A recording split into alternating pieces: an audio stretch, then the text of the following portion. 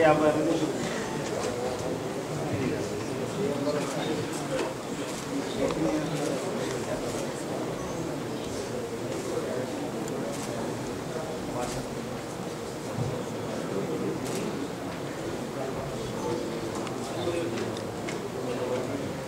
شک کھڑا ہونا ہے 2-4 منٹ تو ہو لیتا، کیونکہ کافی دیر سے آپ بیٹھے ہوئے بیمار کمزور میرے جیسے، ان کے لیے کھڑا ہونا ذرا سستا لینے میں کوئی حرج نہیں ہے۔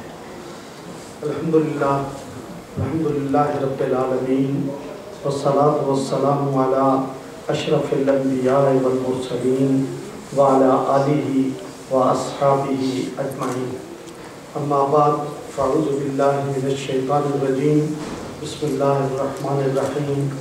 وَأَمَّا الزَّبَدُ فَيَذْهَبُ جُفَاءً وَأَمَّا مَا يَنْفَعُ النَّاسَ فَيَمْكُثُ فِي الْأَرْضِ۔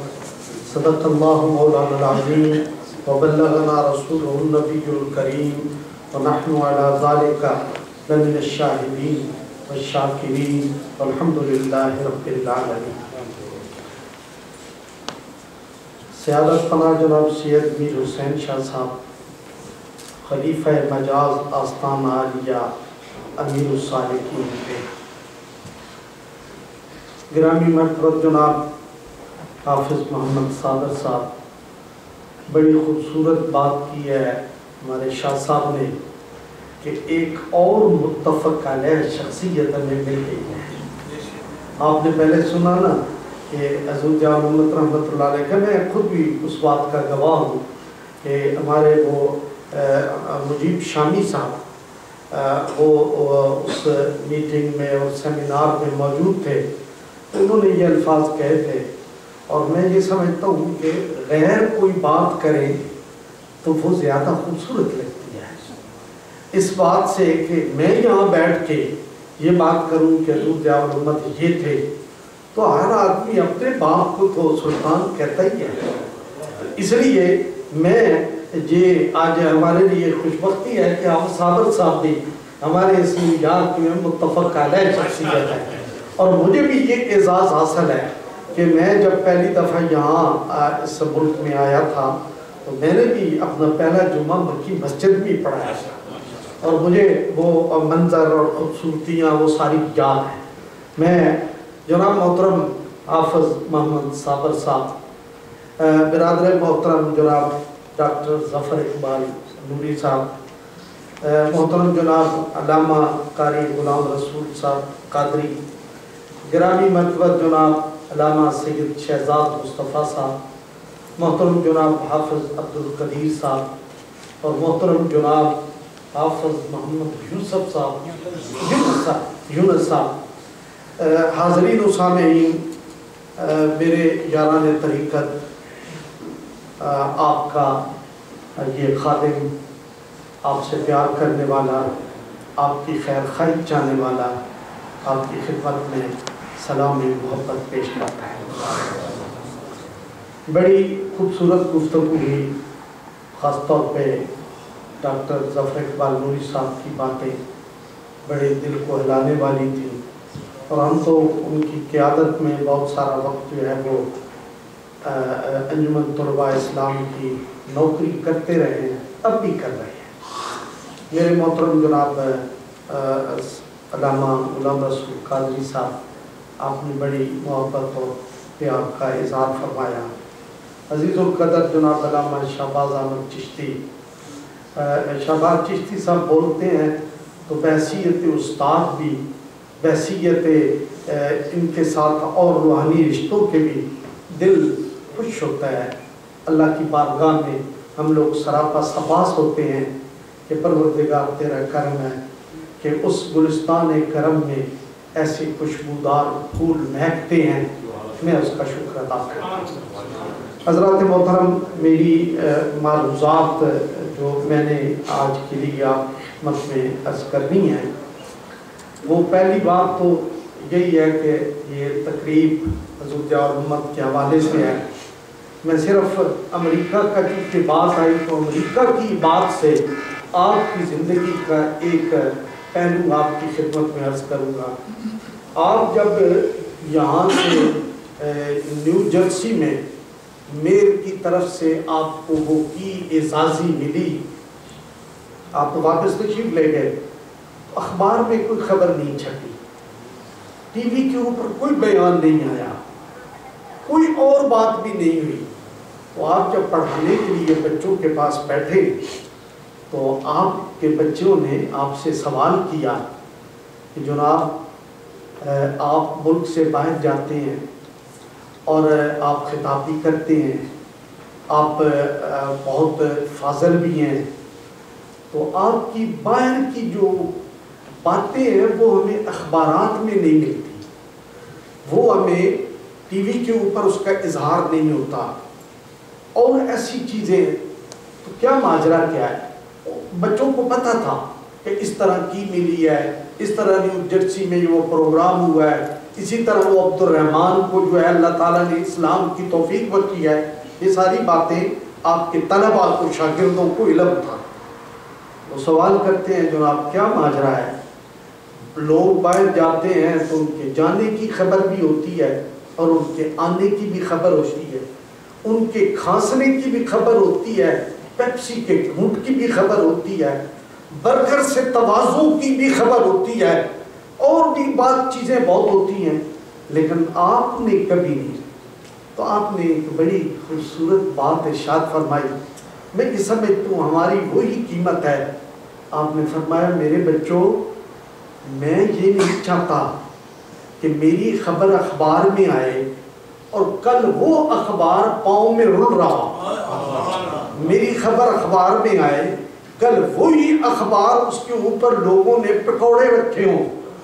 مجھے اس خبر کی ضرورت نہیں ہے، مجھے اس خبر کی ضرورت ہے کہ میرا رب جبریل امین سے یہ کہے کہ جا دنیا کو کہہ دے کہ اس بندے سے مجھے پیار ہے، تم بھی اس سے پیار کرو۔ میں یہ سمجھتا ہوں حضور ضیاء الامت رحمۃ اللہ علیہ کی ذات کا جتنے پہلو ہیں تذکرے ہوتے رہیں گے، لیکن یہ وہ خوبصورت پہلو ہے جس انسان کو اللہ نے سپریم کورٹ کا جج بنایا، جس کو پیر طریقت بنایا، جس کو مفسر قرآن بنایا، جس کو سرکار دو عالم کا سیرت نگار بنایا، جس کو صحافت کے اعلیٰ مقام پہ فائز کیا، جس کو بے شمار عزتیں دی، لیکن وہ شخص اس کا اس طرح بہتر ہوگا، ہمیں اپنی نگاہوں میں ابھی تک کوئی ایسا آدمی ملا نہیں ہے۔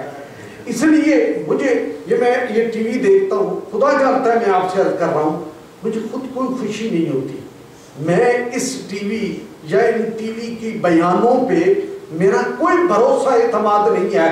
حضور ضیاء الامت رحمۃ اللہ علیہ کے پاس ہم بچے آپ کے پاس جو پڑھتے تھے تو جا کر عرض کی کہ حضور ہم جو ہے وہ ایک ہم نے ویڈیو کیمرہ لیا ہے، تو ہم چاہتے ہیں کہ آپ کی جو گفتگو ہے اس کو اس میں ٹیپ کریں اور اس پہ جو ہے وہ لوگوں تک۔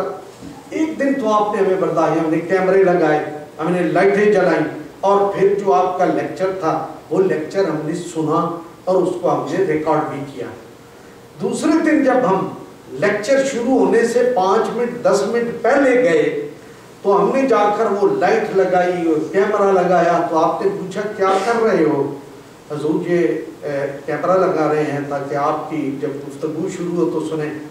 تو آپ نے فرمایا اسے اٹھا لو، میں پڑھانے لگا ہوں، میں کوئی ڈرامہ نہیں کر رہا، مجھے نہیں خبر، میں ایک بہت بڑے بزرگ کو جانتا ہوں جو ابھی ویڈیو کا دور نہیں تھا اور میں مکہ مکرمہ میں پڑھتا تھا، تو وہاں وہ تشریف لائے تو وہ سامنے بیٹھے ہوئے عام گفتگو کر رہے تھے اور ایک دوست اس کو ٹیپ کر رہے تھے۔ جب وہ ٹیپ ختم ہوئی تو انہوں نے گفتگو بند کر دی، کہا کہ اب یہ ٹیپ دوسری طرف سے لگائی جائے تو تب میں گفتگو شروع کروں۔ آپ نے ارشاد فرمایا میں نے یہاں پڑھانا ہے، میں نے کوئی اور کام نہیں کرنا۔ ہاں اگر میرا کام ہے اس قابل کہ لوگوں تک جائے تو پھر جن پہ میں نے 10 سال لگائے وہ یہ پیغام لے جائیں، یہ ٹیپیں نہ لے جائیں، یہ کیمرے نہ لے جائیں، پھر وہ لے کے جائیں۔ آپ نے فرمایا مجھے آپ کے اوپر زیادہ یقین ہے کہ آپ یہ بات کریں۔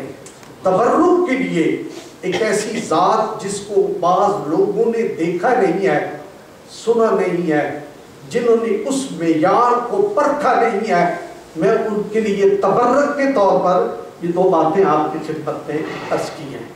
میری دوسری گزارش یہ ہے، اللہ کے محبوب نے ارشاد فرمایا کہ اسلام جو ہے نا وہ آیا بدا غریباً، وہ غریب بن کے آیا۔ غریب کا معنی کیا ہے کہ وہ جب آیا تو لوگوں کے لیے اجنبی تھا، لوگ اس کو جانتے نہیں تھے، لوگ اس سے پیار نہیں کرتے تھے، اور جنہوں نے اسلام کو قبول کیا وہ لوگ بھی کون تھے؟ غریب امت تھے، وہ بھی غریب تھے، مسکین تھے۔ سرکار دو عالم ارشاد فرماتے ہیں اسلام آیا تو کس کیفیت میں؟ غربت میں آیا، لوگوں نے اس کو قبول کیا تو اس وقت بھی لوگ ان سے محبت نہ کرتے، ان سے نفرت کرتے، ان کو سلام نہ دیتے، ان کو اپنے ساتھ بٹھاتے نہیں تھے، ان کے ساتھ گفتگو نہیں کرتے تھے۔ قرآن حکیم نے اس پورے نقشے کو بیان کرتے ہوئے ارشاد فرمایا ان الذین اجرموا کانوا من الذین آمنوا یضحکون۔ اللہ کریم فرماتا ہے کہ بھائی لوگوں وہ مجرم وہ تھے جو میرے نبی کے غلاموں کے پاس سے گزرتے تھے اور گزرتے ہوئے ان ایمان والوں کے اوپر ٹھٹھا کرتے، مذاق کرتے، ان کا تمسخر اڑاتے۔ پھر قرآن یہ کہتا ہے وَإِذَا مَرُّوا بِهِمْ يَتَغَامَزُونَ، جب وہ ان کے پاس سے گزر رہے ہوتے نا، اللہ کے نبی کے غلام بیٹھے ہوتے تو وہ اشاروں کنایوں سے ان کا تمسخر اڑاتے، ان کا مذاق اڑاتے، ان کے اوپر جو زبان تام دراز کرتے۔ پھر قرآن یہ کہتا ہے وَإِذَا انْقَلَبُوا إِلَىٰ أَهْلِهِمُ انْقَلَبُوا فَكِهِينَ، جب وہ گھروں کو لوٹ جاتے نا واپس، سارا دن کی گشت کے بعد گھروں کو جب واپس لوٹتے تو جا کر ہنستے، کہتے لگاتے آج ہم نے ابو بکر کو یہ نقصان پہنچایا، آج ہم نے عمر کا یوں مذاق اڑایا، آج ہم نے بلال کا یہ تمسخر اڑایا۔ قرآن یہ ساری کیفیت بیان کرتے ہوئے کہہ رہا ہے کہ لوگوں اللہ کے محبوب نے جو یہ کہا ہے نا کہ جب اسلام آیا تو وہ غریب تھا، وہ اجنبی تھا، تو اس کی کیفیت قرآن نے بیان کی ہے۔ قرآن اس چیز کی طرف توجہ دلاتا ہے کہ وہ لوگ یوں کہتے تھے، وہ لوگ یوں کہتے تھے۔ پھر ایسا بھی منظر لوگوں نے دیکھا، حضرت ابو بکر صدیق نے نبی پاک صلی اللہ علیہ وآلہ وسلم کی بارگاہ میں بیٹھتے ہوئے کعبہ مشرفہ کی جو ہے وہ میدان میں بیٹھ کے آپ نے تمام کفار اور مشرکین کے پاس کھڑے ہو کے انہیں اللہ کا پیغام دیا، اللہ کی توحید کا درس دیا، نبی پاک کی رسالت کی خبر دی۔ حضور نبی رحمت صلی اللہ علیہ وسلم موجود تھے، کفار مکہ نے حضور کو اتنا مارا، اتنی تکلیف پہنچائی۔ البدایہ والنہایہ میں یہ جملہ لکھا ہوا ہے، وہ کہتے ہیں ما یعرف وجہہ من انفہ، ابو بکر کا چہرہ اس طرح ہو گیا تھا، ناک کی خبر نہیں تھی، کان کی خبر نہیں تھی، منہ کی خبر نہیں تھی، پتہ ہی نہیں چلتا تھا منہ شروع کہاں ہوتا ہے، ختم کہاں ہوتا ہے، منہ کدھر ہے، ناک کدھر ہے، یہ کیفیت تھی۔ ابو ذر غفاری آئے، آ کر مکے والوں سے پوچھنے لگے اے مکہ کی بستی کے سرداروں، مجھے ایک سوال کا جواب دو، این محمد، این محمد، این محمد، اللہ کے رسول کہاں ہیں، اللہ کے محبوب کہاں ہیں، اللہ کے رسول کہاں ہیں؟ انہوں نے پوچھا کیا کرنا ہے؟ تو آپ نے کہا میں نے تو اسلام قبول کرنا ہے، حضور کی بارگاہ میں حاضری غلامی کے لیے دے رہا ہوں۔ مکہ والوں نے وہ پٹائی کی، مکہ والوں نے وہ ظلم و زیادتی کی کہ اس کی مثال ملنی مشکل ہے۔ کیوں؟ میرا نبی کہہ رہا ہے نا کہ اسلام غریب بن کے آیا، اسلام غریب بن کے آیا، اسلام اجنبی بن کے آیا۔ وہ عقبہ بن ابی معیط نے حضور مسجد کعبہ میں، کعبہ شریف میں بیٹھے ہوئے وہاں عبادت میں مصروف تھے، اس نے چادر پکڑی، گلے میں پھندا ڈال کے حضور کو کسیٹ کے لے کے گیا۔ کس طرح اللہ کے نبی نے صبر بھی کیا، اللہ کے نبی نے برداشت بھی کیا، اللہ کے نبی نے اس دور کو اس طرح گزارا جس طرح گزارنے کا اس کے رب نے اسے حکم دیا تھا۔ حضرات محترم، میں یہ عرض کر رہا ہوں، اسلام کا وہ وقت، غربت کا وقت، وہ کیفیت، وہ پریشانی، وہ تکلیف کا وقت اللہ کے نبی نے اپنے غلاموں کے ساتھ گزارا۔ پھر سرکار نے صبر بھی کیا، پھر اپنے غلاموں کی تربیت بھی کی، پھر انہیں اس خیر کے راستے کے اوپر چلایا، پھر اللہ کی نصرتیں آئیں، اللہ کی مدد آئی، اللہ تعالیٰ نے اپنے نبی کو وہ کرم نوازیاں فرمائیں کہ جہان جو ہے وہ آپ کی بارگاہ، پہلے پیغام دیتے تھے سنتا کوئی نہیں تھا، اب وہ پیغام دیتے ہیں، مکہ کے پتھر بھی پکار کے کہتے ہیں یا رسول اللہ الصلاۃ والسلام علیک یا رسول اللہ۔ حضور کو یہ مقام کب ملا، کس طرح ملا؟ محنت سے، عزت سے، نفع بخشی سے، امت کو لیے نفع دینے کے ساتھ اللہ نے اپنے نبی کو یہ مقام عطا فرمایا۔ حضور نبی رحمت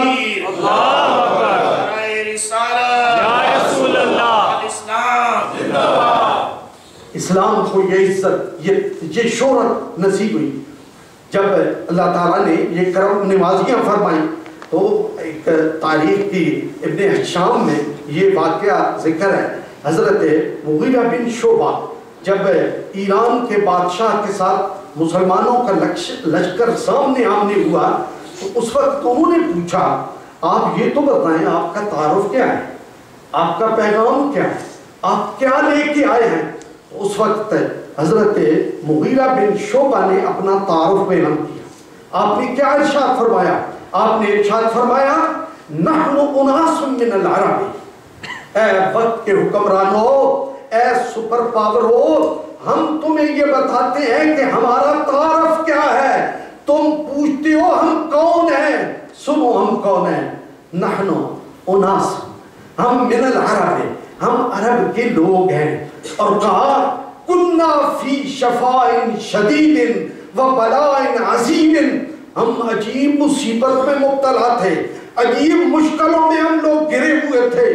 نمس الجلد والنوى من الجوع، ہماری بھوک کی حالت یہ تھی کہ سوکھا چمڑا ہم لیتے اس کو منہ میں رکھ کے چوستے تھے۔ ہماری حالت یہ تھی کہ ہم کھجور کی گٹھلیاں لے کے منہ میں ڈالتے ان کو چوستے تھے، یہ ہماری کیفیت تھی۔ نلبس الوبر والشعر، کہتے ہیں ہمارے تن کے اوپر کپڑا نہیں تھا، ہم ان جانوروں کی اون اور ان کے بال لے کے ان کو بنا کے اپنے سطر کو ڈھانپتے تھے۔ پھر فرمایا وَنَعْبُدُ الشَّجْرَ وَالْحَجَرَ، ہماری کیفیت کیا تھی؟ ہم شجر کو اور حجر کو، پتھروں کو، درختوں کی پوجا کیا کرتے تھے، ہم یہ کیا کرتے تھے۔ پھر اللہ نے کیا کرم فرمایا وَفِينَا نَحْنُ كَذَلِكَ، یہی کیفیت ہمارے اوپر طاری رہی۔ پھر میرے رب نے یہ کرم کیا اِذْ بَعَثَ رَبُّ السَّمَاوَاتِ وَرَبُّ الْأَرْضِينَ، اس سارے جہان کے رب نے، ان ساری زمینوں کے رب نے ہمارے اوپر کرم یہ فرمایا کہ اس نے ایک نبی جو ہمارے اپنوں میں سے تھا وہ نبی ہمیں عطا فرمایا۔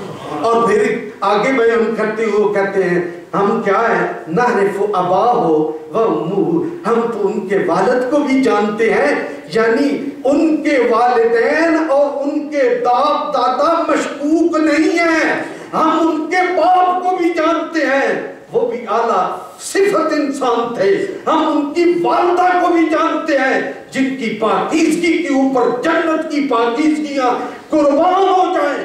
وہ حضور کے ماں باپ تھے، وہ حضور کے ماں باپ تھے۔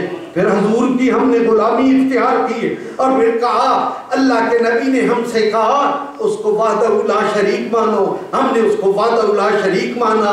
اس نے کہا میری رسالت کو تسلیم کرو، ہم نے اس کی رسالت کو دل و جان سے مانا۔ اس نے کہا یہ کتاب ہدایت قرآن ہے، اس کے اوپر لے آؤ، ایمان لے آؤ۔ ہم اس کے اوپر ایمان لے آئے، ہم نے اس کو بھی مانا۔ یہ کب کا وقت ہے؟ جب اسلام غریب نہیں تھا۔ پھر حضور نے ارشاد فرمایا سَيَعُودُ كَمَا بَدَا، ایک وقت پھر آئے گا اسلام کو پھر غربت نے آ کے گھیرنا ہے۔ پھر وہ وقت آنے والا ہے جس وقت میں یہ دین، یہ اسلام پھر غریب الوطن ہوگا۔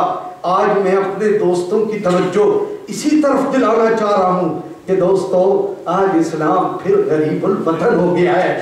آج 57 ملک ہیں موجود، اسلامی ملک موجود ہے۔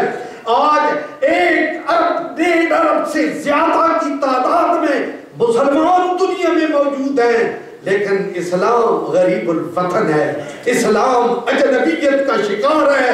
اسلام کو دل میں بٹھانے والے، اسلام کو سر پہ بٹھانے والے، اسلام کو گھروں میں داخل کرنے والے آج لوگ ہمیں نہیں ملتے۔ وہ کسی بزرگ نے کہا، انہوں نے دیکھا کہ وہ باہر گلی میں بیٹھے ہوئے ہیں۔ اس نے پوچھا حضور کیوں بیٹھے ہو، کیا کر رہے ہو؟ کہا میں اپنے رب سے اور اس کے بندوں کی صلح کروا رہا ہوں۔ تو جناب پھر کیا ہوا؟ رب کی اور بندوں کی صلح ہوئی؟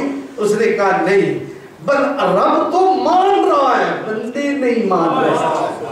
رب مانتا ہے کہ میں توبہ قبول کرتا ہوں، آؤ میری چوکھٹ کے اوپر، آؤ اسلام کو پھر قبول کرو، آؤ اسلام کی تعلیمات کو سامنے رکھو۔ وہ بزرگ کہتے ہیں میں نے کوشش یہ کرتا ہوں کہ رب کی اور اس کے بندوں کی صلح ہو جائے۔ تو پھر جی بابا جی کیا ہوا؟